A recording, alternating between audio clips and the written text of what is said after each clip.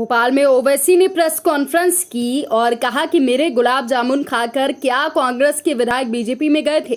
यदि आप राज्यसभा संध्या को दे देते तो क्या चला जाता। आप देना नहीं चाहते। कांग्रेस अपने घर को मजबूत करे। कल को मुर्गा बाघ गाय दूध नहीं देती तो उसके लिए क्या मैं जिम्मेदार रहूंगा। उन्होंने कहा कि खरगोन खंडवा में बिना नोटिस दिए मकान तोड़ दिए गए। आप नफरत को बढ़ावा दे रहे हैं। हम आरएसएस की विचारधारा का विरोध करते हैं। हम लैला हैं, इसलिए हम पर आरोप लगते हैं। फ्लोर टेस्ट में नंबर नहीं है और आप औरंगाबाद का नाम बदलने जा रहे हैं। यहाँ पानी की दिक्कत है, किसान परेशान हैं। इन तीनों ने मिलकर निकाह कर लिया है। उन्होंने कहा कि एमपी में हमको बहुत मेहनत करना है। मौका मिलेगा तो हम काम करके दिखाएंगे। हम अपनी ताकत को देखकर आगे बढ़ रहे हैं। महात्मा गांधी, राजीव गांधी को मारने का मजहब क्या था?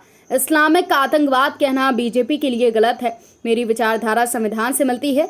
अग्निवीर को पेंशन नहीं मिलेगी तो एमपी और विधायकों को भी पेंशन नहीं लेना चाहिए। फौज में इनबैलेंस ये पैदा कर रहे हैं।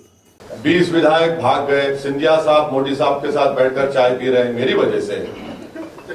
आपको मध्य प्रदेश में जनता सरकार देती है, आप शिवराज साहब को मुख्यमंत्री बना देते हैं हमारी वजह से। ये जो साहब बोलते हैं ना, ये इनको दिमाग नहीं है। वो तेलंगाना में भी कांग्रेस के थे, कांग्रेस को दफना दिए। आंध्रा में इनकी वजह से टीआरएस बनी। वो कभी बाद में बताएंगे आपको ऑफ द रिकॉर्ड क्यों बनी, कि आपकी कांग्रेस पार्टी कितना नीचे जा रही है। और हम तो उम्मीद करते हैं कि इंशाल्लाह जल्द से जल्द कांग्रेस पार्टी इस देश में कमजोर बल्कि खत्म हो जाए, तभी एक नई राजनीति होगी। कांग्रेस पार्टी की वजह से ही 2 मर्तबा नरेंद्र मोदी देश के प्रधानमंत्री बने हैं। कौन जिम्मेदार है? मैं जिम्मेदार हूं उसका। या लोग मेरे से मिलकर गुलाब जामुन मेरा खाकर भाजपा में गए। आप बताइए, आप में इनकेपेबिलिटी है, इनकेपेसिटी है। अगर आप सिंधिया साहब को राज्यसभा दे देते तो क्या नुकसान होता था आपका? मगर आप जाना चाहते थे। हम सिर्फ 3 लोकसभा की सीट पर लड़े।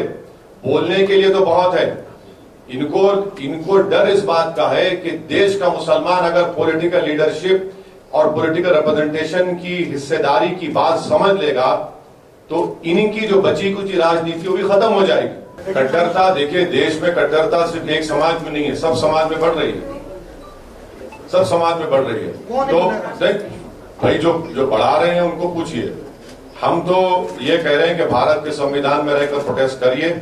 आपको प्रोटेस्ट करना आपका राइट है, मगर कानून को अपने हाथ में लेना और आप डिसाइड करेंगे, जज और जूरी बनेंगे, वो गलत है। रोकने के लिए ये है कि सत्ता में चाहे कोई भी रहे, वो कानून का इस्तेमाल सिलेक्टिव ना करे।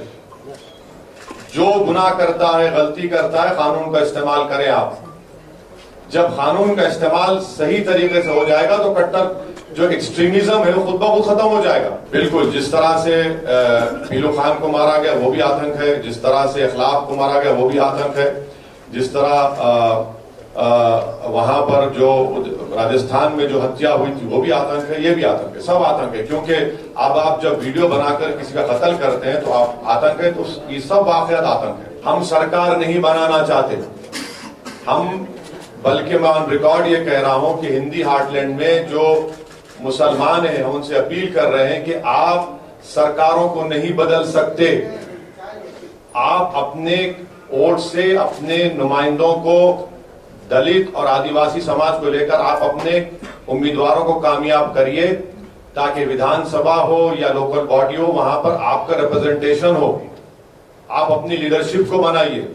तो ये हमारी लड़ाई सत्ता में आने की नहीं है, हमारी लड़ाई हिस्सेदारी की लड़ाई है।